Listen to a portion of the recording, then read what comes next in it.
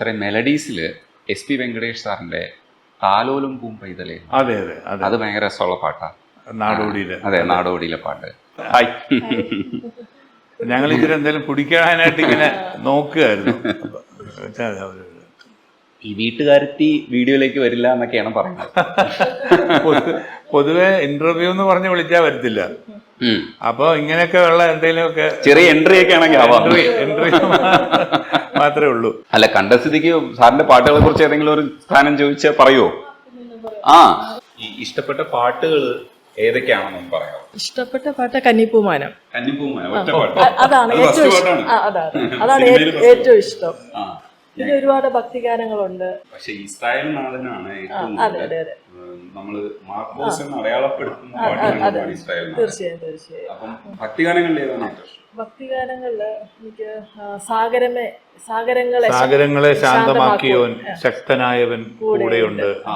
സാഗരങ്ങളെ ശാന്തമാക്കിയോൻ ശക്തനായവൻ കൂടെയുണ്ട്, ഇന്നും എൻ്റെ കൂടെയുണ്ട് നാഥൻ, ഭയപ്പെടില്ല ഞാൻ ഭയപ്പെടില്ല.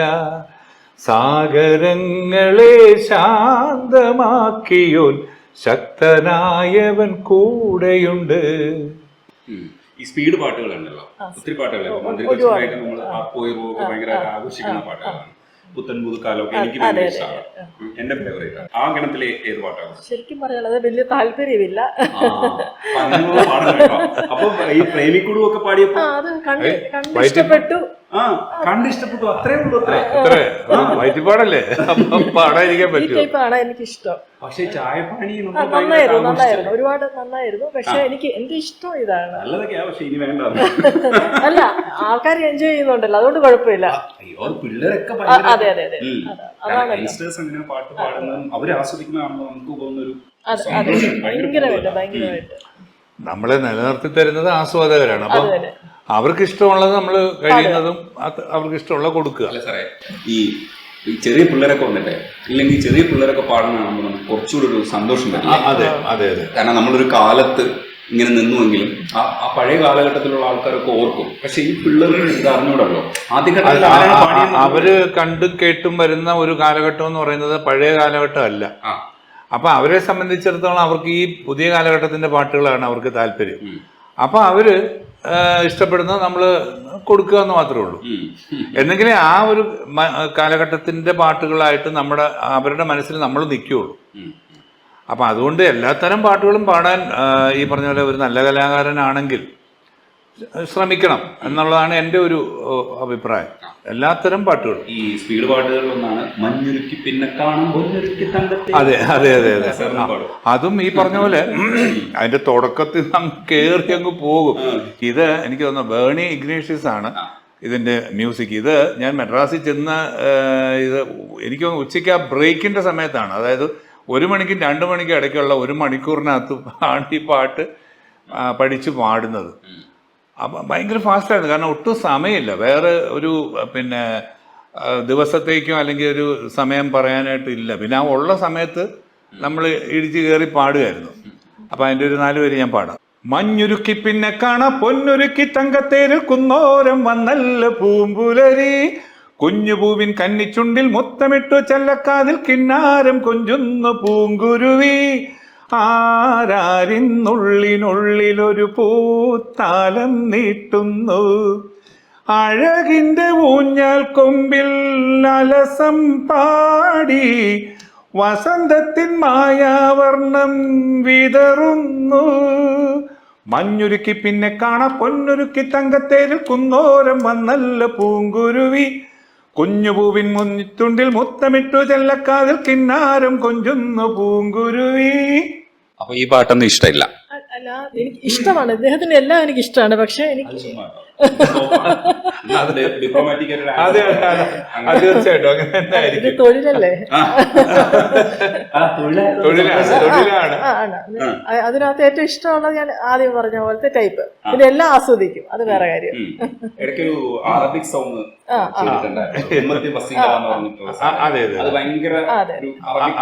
ഞാൻ മാപ്പിളപ്പാട്ടും ക്രിസ്തീയ ഗാനങ്ങളും ഹിന്ദു ഡിവോഷണലും എല്ലാം ഈ ഗാനമേള സിനിമാ പാട്ടുകളുടെ ഒപ്പം പാടി തുടങ്ങിയ ഒരു വ്യക്തിയാണ്. 82 മുതൽ തന്നെ ആണ് ഈ ക്രിസ്തീയ ഭക്തിഗാനങ്ങളും മാപ്പിളപ്പാട്ടുകളും എല്ലാം പാടാൻ തുടങ്ങിയത്. അപ്പോൾ അന്ന് മുതൽ ഇന്ന് വരെയും 10,000 ക്രിസ്തീയ ഗാനങ്ങൾ പാടി, ഒരു 10,000-4,000 മാപ്പിളപ്പാട്ട് പാടി. അപ്പം ഈ മാപ്പിളപ്പാട്ട് പാടുമ്പോൾ ഞാൻ അവരോട് ചോദിക്കും ഇതിന്റെ അർത്ഥം എന്താണ്. കാരണം നമുക്ക് ഇത് എങ്ങനെയും കേട്ട് പാടുക എന്നുള്ള ഇത് മാത്രമേ ഉള്ളൂ. അപ്പം അത് അർത്ഥം അറിഞ്ഞ് പാടിയാൽ നമുക്ക് കുറച്ചും കൂടെ ഇൻവോൾവ് ആകാൻ പറ്റും, അല്ലെങ്കിൽ ആ സാഹചര്യം എന്താണെന്ന് അറിഞ്ഞിട്ട് നമുക്ക് ഇൻവോൾവ് ആകാൻ പറ്റും. അതുകൊണ്ട് ഞാൻ ചില സമയത്ത് ചോദിക്കാം. അപ്പം അങ്ങനെ പാടി വന്നതുകൊണ്ടായിരിക്കാം മാപ്പിള മക്കൾക്ക്, പ്രത്യേകിച്ച് മുസ്ലിം സമുദായത്തിലുള്ളവർക്ക് എൻ്റെ ഉച്ചാരണവും ആലാപന ശൈലിയൊക്കെ ഇഷ്ടമായതുകൊണ്ടായിരിക്കാം എന്നെ കൊണ്ട് ഒരുപാട് പാട്ടുകൾ അവർ പാടിച്ചിട്ടുണ്ട് ഒരു സമയത്ത്. അപ്പം അങ്ങനെ ഞാൻ കുറേ, ഞാൻ പറഞ്ഞില്ലേ, ഇപ്പോൾ ഈ പ്രത്യേകിച്ചും ഈ അറബി പാട്ടുകളൊക്കെ പാടുമ്പോൾ അതിൻ്റെ ഒരു വേരിയേഷൻ ഉണ്ട്. നമ്മുടെ വെറുതെ നമ്മളിപ്പം 1000 കാതമകലയാണെങ്കിലും മായാതെ മക്കാ മനസ്സിൽ നിൽപ്പൂ, അങ്ങനെ പാടുന്ന പോലെ അല്ല.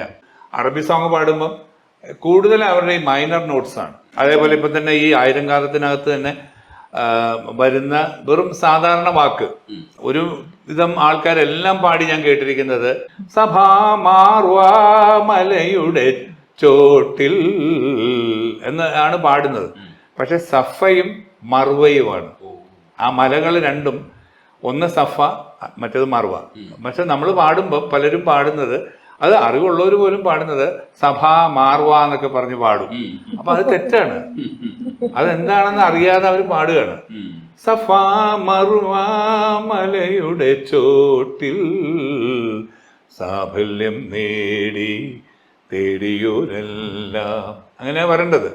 അതേപോലെ അറബ് ഇതിനകത്തുള്ള ഒരു വാക്കാണ് സംസം. മലയാളത്തിൽ സം സം എന്ന് എഴുതാൻ പറ്റുള്ളൂ, സ. പക്ഷെ സ എന്നുള്ള ശബ്ദമാണ് വരേണ്ടത്. പക്ഷെ നമ്മളെ സംബന്ധിച്ച് നമുക്ക് സം സംസം സംസം തെളിനീരെന്നാ പറയുക. പക്ഷെ സംസം അല്ല, സായാണ്. സംസം തെളിനീർ എന്നാണ് സാധാരണ ഉച്ചരിക്കേണ്ടത്. പക്ഷെ പലരും അത് സംസമായിട്ട് പറയുന്നത്. അപ്പോൾ അങ്ങനെയൊക്കെ ഉള്ളത് നമ്മൾ, അതുപോലെ അള്ളാ എന്ന് പറയാനായിട്ട് പലർക്കും അറിയില്ല, അള്ള എന്ന് പറയും. ഭയങ്കര തെറ്റാ. കാരണം നമുക്ക് എന്നുള്ള ശബ്ദം വരില്ല. അപ്പം അത് പറഞ്ഞ് പഠിച്ചാൽ നമുക്ക് അത് കിട്ടുള്ളൂ. അപ്പം അങ്ങനെയൊക്കെയുള്ള കുറേ കാര്യങ്ങൾ പഠിച്ചിട്ടാണ് ഞാൻ പാടിയത്. അങ്ങനെയുള്ള ഒരു പാട്ടാണ്, ഒരു അറബിക് ടച്ചുള്ള ഒരു പാട്ടാണ്. ഉമ്മത്തിൻ വസീല വസീല ദീൻ വസീല ഇമ്പപ്പൂ റിസാല റിസാല ദീൻ റിസാല ആരംഭ റസൂല റസൂലേ യാ റസൂലേ ഉമ്മത്തിൻ വസീല വസീല ദീൻ വസീല വസീല ദീൻ വസീല. ആ വേരിയേഷൻ പഠിക്കാൻ വേണ്ടിയിട്ട് കുറെ അങ്ങനത്തെ സോങ്സ് കേട്ടായിരുന്നു. തീർച്ചയായിട്ടും അങ്ങനെയുള്ള പാട്ടുകൾ ഞാൻ പ്രത്യേക ഇൻട്രസ്റ്റ് എടുത്തു വെച്ച് പാടും. ഇപ്പൊ തന്നെ ഒരു അറബി സിംഗർ തന്നെ പാടിയ ഒരു പാട്ടാണ് ഞാൻ നേരത്തെ സൗദി അറേബ്യയിൽ വെച്ച് ഇതുപോലെ ഒരു ഇഷ്യൂ ഉണ്ടായപ്പം അവിടെ എന്നുവെച്ചാൽ അവര് അനുവാദം ഇല്ലാതാണ് ആ പ്രോഗ്രാം അവിടെ ചെയ്തത്. ഇപ്പം അവർ ഇല്ല. മക്കയും മറുവയും പുണ്യ സ്ഥലമായതുകൊണ്ട് അവിടെ മതകാര്യ പോലീസ് എന്ന് പറഞ്ഞൊരു പ്രത്യേക പോലീസ് ഉണ്ടായിരുന്നു. പക്ഷെ എൻ്റെ ഈ ഇഷ്യോടുകൂടിയാണ് ആ പോലീസിനെ എടുത്ത് കളഞ്ഞു. അതുവരെ ആ 2013 വരെ ഇവർ വളരെ സ്ട്രോങ് ആയിരുന്നു. അതേപോലെ തന്നെ ഇങ്ങനെയുള്ള കാര്യങ്ങളിൽ അവർ വളരെ ശ്രദ്ധിക്കുമായിരുന്നു. അപ്പോൾ ഇതിൻ്റെ ഈ അനുവാദമില്ലാതെ, പെർമിഷൻ ഇല്ലാതെ ചെയ്തുകൊണ്ടാണ് അന്ന് അവരവിടെ വന്നത്. പക്ഷേ ഈ ആള് അവിടുന്ന് മുങ്ങിക്കളഞ്ഞത് കൊണ്ടാണ് എനിക്ക് പോലീസ് സ്റ്റേഷനിൽ പോകേണ്ടി വന്നത്. പക്ഷെ നമുക്ക് വളരെ മാന്യമായിട്ടുള്ള ട്രീറ്റ്മെൻറ്റും കാര്യങ്ങളും. കാരണം എൻ്റെ കൂടെ അന്ന് നമ്മുടെ VT ബൽറാം എന്ന് പറഞ്ഞൊരു MLA ഉണ്ടല്ലോ, അദ്ദേഹം ഉണ്ടായിരുന്നു. അപ്പം അദ്ദേഹം റിയാദിൽ നിന്ന് നാട്ടിലേക്ക് പോയി, ഞാൻ റിയാദിൽ നിന്ന് ദമാമിലേക്ക് പോയി. അപ്പം അദ്ദേഹം നാട്ടിൽ വരുമ്പം ഞാൻ ദമാമിലെത്തി. അപ്പം അന്ന് വൈകിട്ടാണ് ഈ സംഭവം നടക്കുന്നത്. അപ്പം ഈ സംഭവം നടന്ന ഉടനെ തന്നെ ബൽറാമിന് ഈ വിവരം കിട്ടി. അപ്പോൾ ബൽറാം ഉടൻ തന്നെ, അന്ന് ഉമ്മൻചാണ്ടി ഭരിക്കുന്ന സമയമാണ്, ഉമ്മൻചാണ്ടിയെ വിളിച്ച് പറയുന്നത്, സാറേ ഇങ്ങനെ ഒരു പ്രശ്നം ഉണ്ടായിട്ടുണ്ട്. അപ്പോൾ ഉമ്മൻചാണ്ടിയായിട്ട് എനിക്ക് നല്ല അടുപ്പം ഉണ്ടായിരുന്നു, ഒരു അകന്ന ബന്ധമുണ്ട്. അപ്പോൾ അദ്ദേഹം ഉടൻ തന്നെ പുള്ളിക്കാരിയെ വിളിക്കുന്നു. എന്താ മോളെ, എന്താ സംഭവിച്ചത്? അപ്പോൾ അവളും പറഞ്ഞു എനിക്കൊന്നും അറിയത്തില്ല, ഇങ്ങനെ സംഭവമുള്ളൂ. അപ്പോൾ തന്നെ അദ്ദേഹം AK ആന്റണി സാറിനെ വിളിക്കുന്നു. അദ്ദേഹം അന്ന് പ്രതിരോധ മന്ത്രിയാണ്. അതേപോലെ വിദേശകാര്യ മന്ത്രിയായിട്ടുണ്ടായിരുന്ന E അഹമ്മദ് സാഹിബിനെ വിളിക്കുന്നു. അപ്പോൾ പടപടാന്ന് അവിടുന്ന് ഇവിടുന്നൊക്കെ വിളിയൊക്കെ വന്നപ്പോൾ അവർക്ക് മനസ്സിലായി അങ്ങനെ ഒരു ഇതായിട്ട് വന്ന ആളല്ല. അങ്ങനെ നമ്മളവിടെ രാത്രി ഞാൻ ആ പോലീസ് സ്റ്റേഷനിൽ ഇരിക്കുമ്പം എൻ്റെ കൂടെ ഉണ്ടായിരുന്ന ആൾ പറഞ്ഞു ഇന്ത്യയിലെ വലിയൊരു സിംഗറാണ്. കാരണം അവർക്ക് കേരള എന്നൊന്നും പറഞ്ഞാൽ അറിയത്തില്ല. അപ്പം ഇന്ത്യയിലെ ഒരു സിംഗറാണ്. അപ്പം പുള്ളി ഉടനെ മൊബൈൽ എടുത്ത് ഇങ്ങനെ അടിച്ചു നോക്കിയപ്പം എൻ്റെ പേര് പടപടാന്നിങ്ങനെ വീഡിയോസ് വരുന്നുണ്ട്. അപ്പം പുള്ളി പറഞ്ഞു ഞാനൊരു അറബി പാട്ട് പാടാമെന്ന് പറയട്ടെ എന്ന് ചോദിച്ചു. അപ്പം ഞാൻ പറഞ്ഞു ഓക്കെ പറഞ്ഞു. അപ്പം ഞാൻ അതിനു മുമ്പ് ബഹ്റൈനിൽ പോയപ്പം അവിടുത്തെ ഷെയ്ഖ് ഫാമിലിയിൽപ്പെട്ട ഒരാളാണ് വിദ്യാഭ്യാസ മന്ത്രി, അദ്ദേഹമാണ് ഉദ്ഘാടകൻ. അപ്പം അദ്ദേഹത്തിന് വേണ്ടി പഠിച്ച് പാടിയൊരു പാട്ട്. അപ്പം ഞാൻ അവരോട് പല രീതിയിൽ അവരുടെ ആൾക്കാരോട് ചോദിച്ചും കൺസൾട്ട് ചെയ്തുമൊക്കെയാണ് ആ പാട്ട് പഠിച്ചത്. അപ്പം അതുകൊണ്ട് ഞാൻ ആ പാട്ട് അറബി ഉച്ചാരണം എങ്ങനെ ആകണം എന്ന് ഏകദേശം മൊത്തമില്ല പഠിച്ചു വെച്ചിട്ടാണ് പാടിയത്.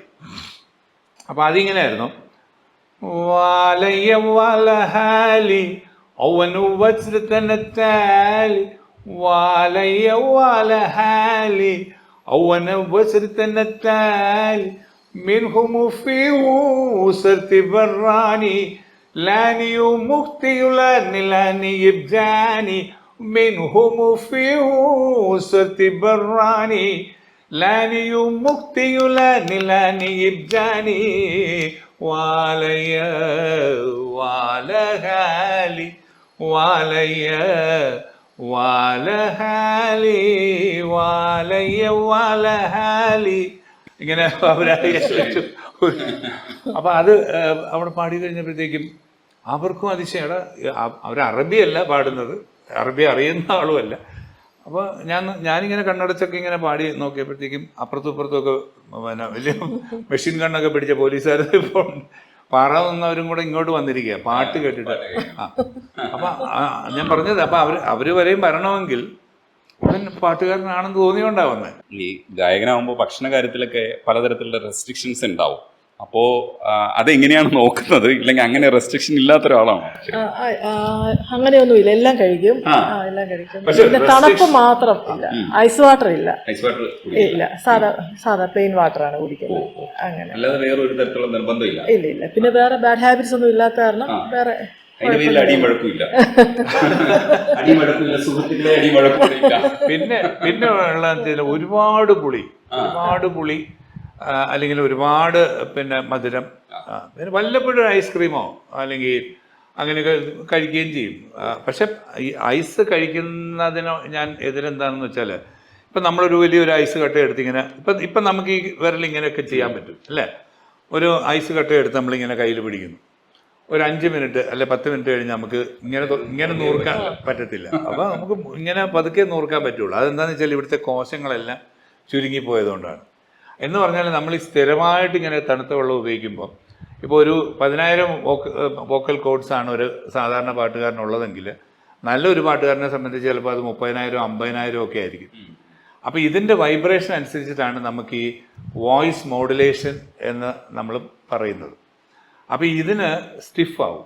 നമ്മളിങ്ങനെ സ്ഥിരമായിട്ട് ഇങ്ങനെ തണുത്ത വെള്ളമൊക്കെ ഉപയോഗിക്കുമ്പോൾ അത് സ്റ്റിഫാവും. അപ്പോൾ ആ സ്റ്റിഫ്നെസ് വരാതിരിക്കാൻ വേണ്ടിയിട്ടാണ് ഈ തണുത്തത് അധികം കഴിക്കരുതെന്ന് പറയുന്നത്. പിന്നെ നമ്മൾ ഈ അലർജിക് ആയിട്ടുള്ള സംഭവങ്ങൾ കഴിയുന്നതും ഒഴിവാക്കുക. ഇപ്പം ഞാൻ ഒരു സമയത്ത് എനിക്ക് തൈരും ഒരല്പം ക്യാബേജ് തോരനും തന്നാൽ ഞാൻ സുഭിക്ഷമായിട്ട് കഴിച്ചിട്ട് പോയിരുന്നു. പക്ഷെ ആ സമയത്ത് എപ്പോഴും ജലദോഷം. അപ്പോൾ എൻ്റെ അടുത്ത് 1-2 ഡോക്ടേഴ്സ് ഇങ്ങനെ പറഞ്ഞു ഇയാളൊരു കാര്യം ചെയ്ത് തൈരൊന്ന് ഒഴിവാക്കി നോക്കാൻ പറഞ്ഞു. അങ്ങനെ തൈര് ഒഴിവാക്കി നോക്കിയപ്പോൾ ഒത്തിരി വ്യത്യാസമുണ്ട്. കാരണം ഈ തൈരുണ്ടാകുന്ന അങ്ങനെ ഇച്ചിരി പാലിനകത്ത് കുറച്ച് തൈരും കൂടി ഇട്ടിട്ട് ഒരു ബാക്ടീരിയൽ ഫോർമേഷൻ കൊണ്ടാണ് ആ തൈര് ആവുന്നത്. എന്ന് പറഞ്ഞാൽ നമ്മുടെ ശരീരത്തിൽ ഒരുപാട് ബാക്ടീരിയാസ് ഉണ്ട്. അതിൻ്റെ കൂട്ടത്തിൽ പിന്നെയും തൈര് ചെല്ലുമ്പോൾ അവിടെ ഒരു ബാക്ടീരിയൽ ഫോർമേഷൻ നടന്നിട്ട് നമ്മൾ ചിലപ്പോൾ കഫമായിരിക്കാം, മറ്റു തരത്തിലുള്ള അസ്വസ്ഥതകൾ ഉണ്ടാവാം, അങ്ങനെയൊക്കെ സംഭവിക്കാം. അതുകൊണ്ടായിരിക്കാം ഈ പറഞ്ഞ പോലെ തൈര് ഉപയോഗിക്കുന്നത് ഒഴിവാക്കാൻ പറയുന്നത്. ഈ കൈ കിട്ടിയ സ്ഥിതിക്ക് ചില ചോദ്യങ്ങളും കൂടെ ചോദിക്കേണ്ടതുണ്ട്. അപ്പോൾ ഇനിയധികം കൈ കിട്ടില്ല. അപ്പോൾ ശരിക്കും ഈ മനുഷ്യൻ പാട്ടുകാരൻ എന്ന് പറയുന്ന രീതിയിൽ നമുക്ക് എല്ലാവർക്കും ഇഷ്ടമാണ്. അതിനപ്പുറത്തേക്ക് ഈ മനുഷ്യൻ ആരാ, എന്താ? നല്ലൊരു ഭർത്താവ്, എന്നെ സംബന്ധിച്ച് നല്ല ഭർത്താവ്, എൻ്റെ 3 കുട്ടികളുടെ നല്ലൊരു പിതാവ്, അതാണ് എനിക്ക് പറയാൻ പറ്റൂ. അതാണ്. പിന്നെ പാവകളും ഞങ്ങൾ ഭയങ്കര ഒരു ഫാമിലി മാനാണ്. ഞങ്ങളില്ലാതെ ഒരിടവും പോവില്ല. അതാണ്. പിന്നെ ഒരുപാട് പെട്ടെന്ന് ദേഷ്യം വരും. പെട്ടെന്ന് ദേഷ്യം വരും, അതുപോലെ തണുക്കും. പിന്നെ എല്ലാവരോടും മനസ്സലി പോലെ ഒരാളാണ്. അതാണ് ശരി. അതാണ് മെയിൻ ആയിട്ട്. ആരുടെ ഒരു വിഷമം കേട്ടാൽ ഉടനെ പെട്ടെന്ന് പുള്ളി അതിലേക്ക് അങ്ങ് പോകും. എന്നാ വെച്ചാൽ എനിക്ക് ദേഷ്യമുള്ള ആളല്ല ഞാൻ. കാരണം പുള്ളി ദേഷ്യപ്പെടും, എനിക്ക് അത് കഴിഞ്ഞ് പുള്ളി അതേപടി വരുമെന്ന് എനിക്കറിയാം. അതേപോലെ അതേ തന്നെ നിന്നാൽ അതിന്റെ ആവശ്യമില്ല. പോടാന്നുള്ള രീതിയിൽ നിന്നാൽ പെട്ടെന്ന് തണുത്തു പോകുന്നുള്ളതായിരിക്കും. ഞാൻ കൂളാണ്, എന്റെ നേച്ചർ അതാണ്. അതറിയാം, ഇതൊന്നും ഇല്ലാന്നറിയാം. പിന്നെ എന്താ വെച്ചാൽ എലി പോലെ അല്ല, പുലി പോലെ വന്നത് എലി പോലെ പോയെന്ന് പറഞ്ഞ പോലെ അതാണ്. ശരിക്കും ഇത് വളച്ചടിച്ചു കഴിഞ്ഞാൽ ഭാര്യയുടെ മുമ്പിൽ എലിയാണെന്നാണ് ഞങ്ങൾ അങ്ങനെ തമ്പ് കൊടുക്കട്ടെ. അങ്ങനെ നിന്നിട്ട് പിന്നെ പുലി ആകും ചിലപ്പോ. ചുമ്മാ പറയുക കേട്ടോ.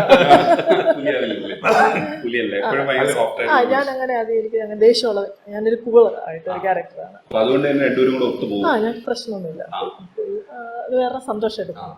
പിള്ളേരൊക്കെ എങ്ങനെയാ മാനേജ് ചെയ്യാം? പിള്ളേർക്ക് കുഴപ്പമൊന്നുമില്ല. ഞങ്ങൾ തമ്മിലാണല്ലോ കൂടുതൽ സംസാരം. അവരവരുടെ കാര്യം നോക്കി പോണു, അവരവരുടെ ഒരു ലോകത്തിൽ ജീവിക്കുവാണ്.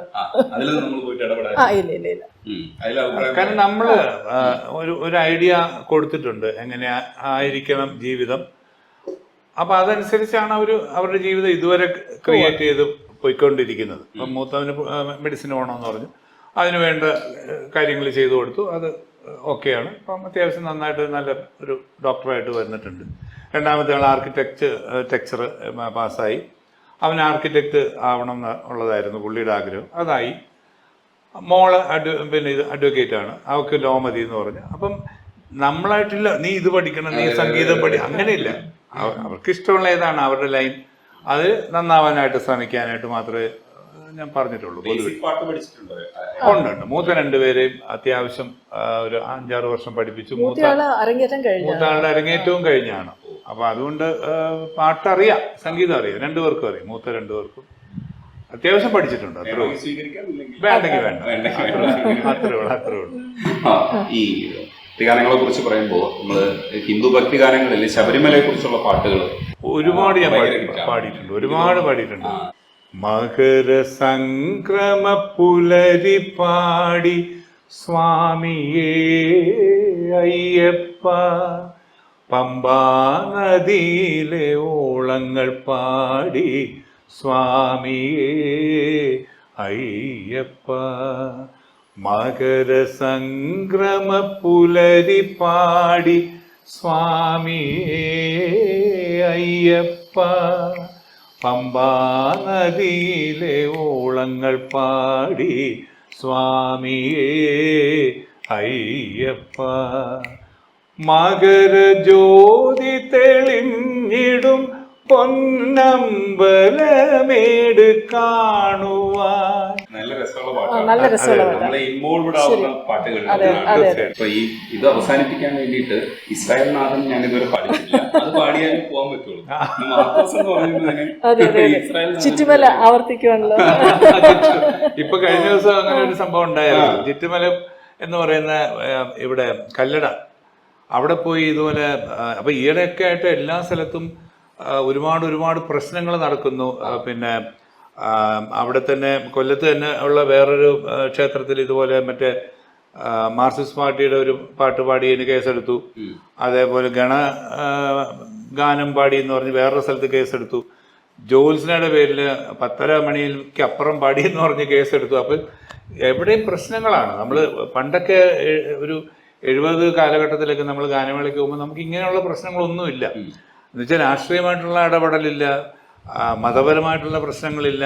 ആൾക്കാർക്ക് നല്ല പാട്ട് കേട്ടാൽ മാത്രം മതി, അത് നല്ല രീതിയിൽ പാടി കേൾക്കണം എന്ന് മാത്രമുള്ളായിരുന്നു. കാരണം അതിൽ നല്ലൊരു ശതമാനം ആൾക്കാർ ഈ കേൾക്കാൻ വരുന്നതിൽ 90% ആൾക്കാർ ഈ പാട്ട് നല്ലപോലെ അരച്ച് കലക്കി രജനീഷിനെ പോലെ തന്നെ പഠിച്ചു വരുന്നവരാണ്.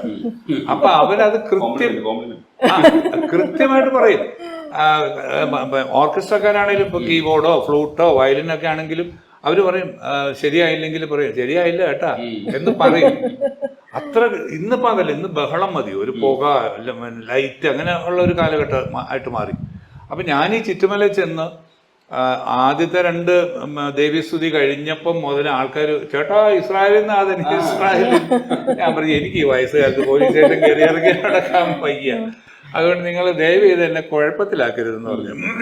അത് ഇവിടെ ഒരു പ്രശ്നമില്ല, ഞങ്ങൾ കല്ലടക്കാർ മതസാഹോദര്യത്തിൻ്റെ ആൾക്കാരാണ്. അപ്പം അവിടെ 3 വിശുദ്ധരായിട്ടുള്ള 3 പേരുണ്ടായിരുന്നു നൂറ്റാണ്ടുകൾക്ക് മുമ്പ്. ഒന്ന് കല്ലട മുത്തപ്പൻ എന്ന് പറയുന്ന ഒരു ക്രിസ്ത്യൻ പാതിരി, പിന്നെ ഈ കല്ലട ദേവി, പിന്നെ വേറൊരാളുടെ പേര് പറഞ്ഞു, ഞാൻ അദ്ദേഹത്തിന്റെ പേര് മറന്നുപോയി. അപ്പൊ ഇവർ 3 പേരും ഒരു കാലഘട്ടത്തിൽ ഉണ്ടായിരുന്നവരാണ്. അപ്പൊ ഈ കല്ലട മുത്തപ്പന്റെ പള്ളിയിൽ നിന്നാണ് ഈ ചിറ്റുമല ദേവീ ക്ഷേത്രത്തിലേക്കുള്ള കൊടി എഴുന്നള്ളിക്കുന്നത്. അതുപോലെ ഈ ഉത്സവം കഴിഞ്ഞിട്ട് ഈ കൊടി തിരിച്ച് കുതിരപ്പുറത്ത് കല്ലട മുത്തപ്പന്റെ പള്ളിയിലേക്ക് കൊണ്ടുചെല്ലുന്നതും ഈ ക്ഷേത്രത്തിൽ നിന്ന് തന്നെയാണ്. അപ്പൊ ഇവിടെ അത് പ്രശ്നമല്ല, ചേട്ടൻ ധൈര്യമായിട്ട് പാടിക്കോ എന്ന് പറഞ്ഞാൽ അങ്ങനെ 2.25 മണിക്കൂർ അവർ വെയിറ്റ് ചെയ്ത് നിന്നു. ഞാൻ ഇപ്പൊ പാടാന്ന് പറഞ്ഞ് ഞാൻ നിന്നിട്ട് അവസാനം ഇതോടുകൂടി അവസാനിച്ചു എന്ന് പറയാനായി ഇരുന്നത്. പക്ഷെ ഇവർ വിടുന്നില്ല. ചുറ്റും ഒരു വീഡിയോ ഉണ്ട്, ആ വീഡിയോ ഏറ്റവും ബാക്കിൽ നിന്ന് എടുത്ത വീഡിയോ ആണ്. അപ്പോഴും കാണാം ഒരു 10, 3000, 4000 പേര് ഇങ്ങനെ നിൽക്കുകയാണ്. പിന്നെ അവസാനം പാടി ഇസ്രായേലിൽ നിന്ന് അതിന്. അപ്പൊ അത് വലിയൊരു വൈറലായി. പിറ്റേ ദിവസം മനോരമ, ഏഷ്യാനെറ്റ്, മാതൃഭൂമി, ന്യൂസ് 18 എന്ന് വേണ്ട എല്ലാവരും എടുത്തിട്ട് അങ്ങ് വൈറലാക്കി. അപ്പൊ നമുക്ക് അതും പാടാം, തീർച്ചയായിട്ടും പാടാം. ഇസ്രായേലിൻ നാഥനായി വാഴും ഏകദൈവം, സത്യജീവമാർഗമാണു ദൈവം. ഇനി സാറിന് ഇഷ്ടമുള്ള പാട്ടുകൾ പാടിയിട്ട് നമുക്ക് അവസാനിപ്പിക്കാം. എനിക്ക് പാടിയ പാട്ടുകളും അതേപോലെ പ്രത്യേകിച്ച് ദാസേട്ടന്റെ പാട്ടുകൾ അന്നും ഇന്നും എപ്പോഴും പാടാൻ എനിക്ക് ഭയങ്കര ഒരു താല്പര്യം. കാരണം ഞാൻ എൻ്റെ പാട്ടുകൾ, എൻ്റെ ഒരു ഗാനമേളയ്ക്ക് പാടാനുള്ള പാട്ടുകളൊക്കെ എനിക്കുണ്ട് സിനിമ. പക്ഷെ ഞാൻ എപ്പോഴും എൻ്റെ പാട്ടുകൾ 1, 2 പാട്ടുകളെ ഞാൻ പാടാറുള്ളൂ. ബാക്കി മൊത്തം ദാസേട്ടൻ്റെ പാട്ടുകൾ. കാരണം ആ ഒരു കാലഘട്ടത്തിൻ്റെ പാട്ടും അതേപോലെ ആ ശബ്ദം കൊടുക്കുന്ന രീതി, അദ്ദേഹത്തിൻ്റെ അക്ഷരശുദ്ധി, ഒരുപാട് കാര്യങ്ങൾ നമുക്ക് പഠിക്കാനുണ്ട് അദ്ദേഹത്തിൻ്റെ ആ ഒരു കാലഘട്ടത്തിലെ പാട്ടുകൾ എടുത്തു വെച്ച് നോക്കുകയാണെങ്കിൽ. അപ്പം അതുകൊണ്ട് ഞാൻ എപ്പോഴും അദ്ദേഹത്തിൻ്റെ പാട്ടുകൾ കൂടുതലായിട്ട് പാടാനേ ശ്രമിച്ചിട്ടുള്ളൂ. അപ്പം അങ്ങനെയുള്ള പാട്ടുകൾ പാടാൻ എപ്പോഴും താല്പര്യമാണ്. എന്നാലും ഈ പറഞ്ഞ പോലെ ഇപ്പം ഈ ഈസ്റ്ററിൻ്റെ ഒരു സമയമായതുകൊണ്ട് ഞാൻ ഈ അടുത്ത സമയത്ത് പാടിയ ഒരു നല്ലൊരു ഈസ്റ്ററിൻ്റെ ഒരു പാട്ട്, ആ ഒരു ഫീല് കിട്ടുന്ന ഒരു പാട്ട് ഞാൻ ഒന്ന് പാടാം. കാൽവരി വഴിയോരം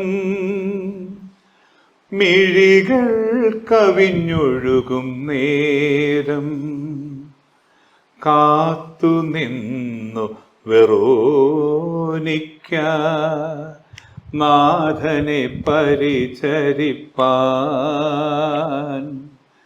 ചെഞ്ചോരപ്പാടുകൾ ഒപ്പുവാൻ.